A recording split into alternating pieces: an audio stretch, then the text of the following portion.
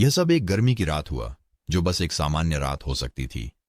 मेरे भाई के दो दोस्त हमारे घर पर सो रहे थे, इसलिए मेरी माँ और मैंने सबको खाना खिलाने के लिए पिज्जा लेने का फैसला किया। मेरी माँ और मैंने एरिज़ोना में एक लोकप्रिय पिज्जा चेन फायर्ड पाई से पिज्जा लेने का फैसला किया। हम सभी ने तय किया कि हम पिज्जा ले जाएंगे और इसे घर पर खाएंगे।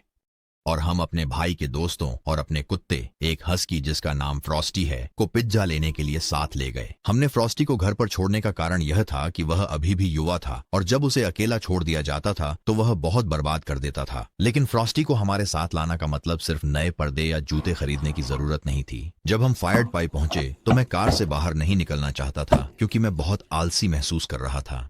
लेकिन मेरी माँ और मेरे भाई नहीं चाहते थे कि मुझे कार में अकेला छोड़ दें। लेकिन चूंकि फ्रॉस्टी किसी भी तरह से रेस्तरां के अंदर नहीं जा सकता था, वह मेरे साथ कार में ही रहा और मैंने उन्हें यकीन दिलाया कि मैं ठीक रहूंगा। जहां हमने पार्क किया था वह जगह बहुत अंधेरी थी और मैं फ्रॉस्टी के साथ पीछे की सीट पर था, लगभग लेटा हुआ और अपने फोन पर स्क्रॉल कर रहा था।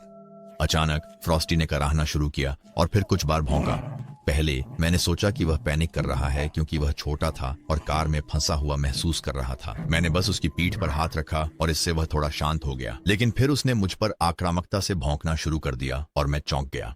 मैंने फिर से फ्रॉस्टी को सहलाया जब मेरे फोन का प्रतिबिंब साइड व्यू मिरर में मेरी आंखों को पकड़ लिया। जब मैंने आईने की ओर देखा तो मैंने कुछ डरावना देखा। आईने में मैंने एक आदमी को देखा जो काले हुडी और स्की मास्क पहने हुए था, जो सीधे मेरी ओर देख रहा था। मैं चिल्लाई और मुड़ी और देखा कि वह आदमी दरवाजा खोलने की कोशिश कर रहा था। खुशकिस्मती से वह बंद था। फिर उसने चिल्लाते हुए कहा, दरवाजा खोलो। मैं बहुत डर गई थी। मैं उस समय केवल 14 साल का था और मुझे नहीं पता था कि कैसे प्रतिक्रिया करनी है या क्या करना है। फ्रॉस्टी ने मुझ पर कदम रखा जब वह उस आदमी पर भौंक रहा था और मैं वास्तविकता में वापस आ गई। मुझे एहसास हुआ कि अगर मैंने जल्दी कुछ नहीं किया तो कुछ बुरा हो जाएगा। मैंने थोड़ी हिम्मत जुटाई और उस आदमी से कहा कि वह चला जाए और अगर वह नहीं गया तो मैं पुलिस को बुला दूंगा। अचानक सब कुछ बहुत शांत हो गया।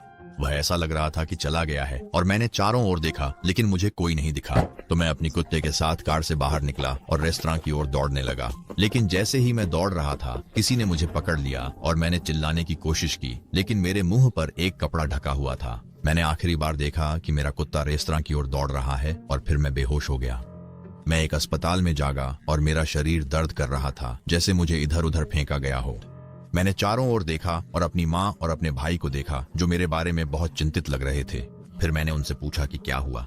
उन्होंने मुझे बताया कि फ्रॉस्टी रेस्तरां की ओर दौड़ता हुआ आया और वेटर ने उसे देखा दरवाजे पर। जब मेरी माँ और भाई ने फ्रॉस्टी को देखा तो वे बहुत डर गए क्योंकि उन्हें पता था कि कुछ तो हुआ होगा।